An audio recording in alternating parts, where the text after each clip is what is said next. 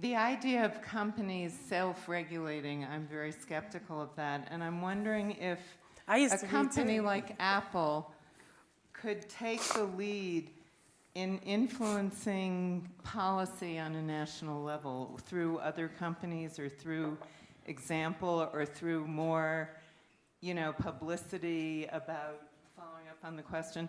It just seems like we are so far behind. I mean, you were talking about recycling the phones, and that's fabulous. But Germany has had something like the Green Dot program for decades.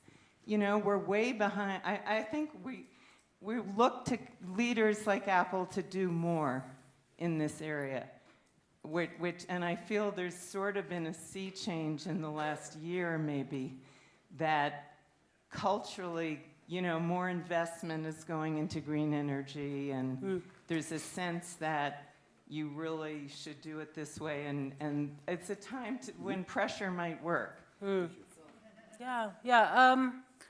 a bunch of questions in there. I think we have spent the last few years being very vocal on the policy level. All the tech companies came together to support the Clean Power Plan, which is right now subject to re-regulation or deregulation from the EPA. Most people expect that the EPA is going to get rid of the requirement to have cleaner power in our country. Just on that point, because you know so much about that one,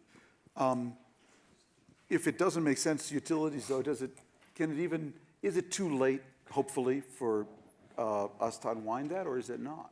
Well, that's my point about regulation. I understand maybe I'm being too provocative by saying we regulate ourselves. But if the government's over here saying build whatever power you want, but progressive and smart and forward-leading companies are saying, I'll only buy clean power. Build what you want. That's right. But I'm only buying this. Yeah. That's the regulation. That moves, the market will move it. And it also moves it because we're at a time when clean energy is cost competitive. I'm not asking you to forego profits. I'm asking you to build what I want. Just like our customers expect us to build the things that they want to buy. And so I do think that we don't have regulations we put in place, but we can set a market. If Apple someday says we will only buy recycled cobalt, and that's a goal of ours, that changes everything on the ground in the DRC, and we would challenge other companies to meet us there. That's where you'd love a government to come in and sort of backstop it. So, we do speak up. We spoke up when we left the Paris Climate Agreement. Tim's been very vocal all the way up to the top that we do not agree. We think this is bad for the world, but also bad for business. We speak from the standpoint of business because that's the platform we should, and that's the platform we stand on, so we don't need to invent a new one. We can tell you that it's good for our company to have climate resilience. We can tell you that it's good for innovation and for our supply chain.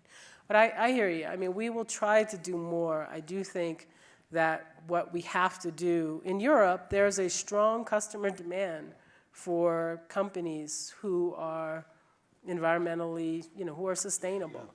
And we don't necessarily see the same level here. So I'd love to see more. And I think as our consumers age, we will. As the young people of today, they demand companies to have values and to authentically carry them out.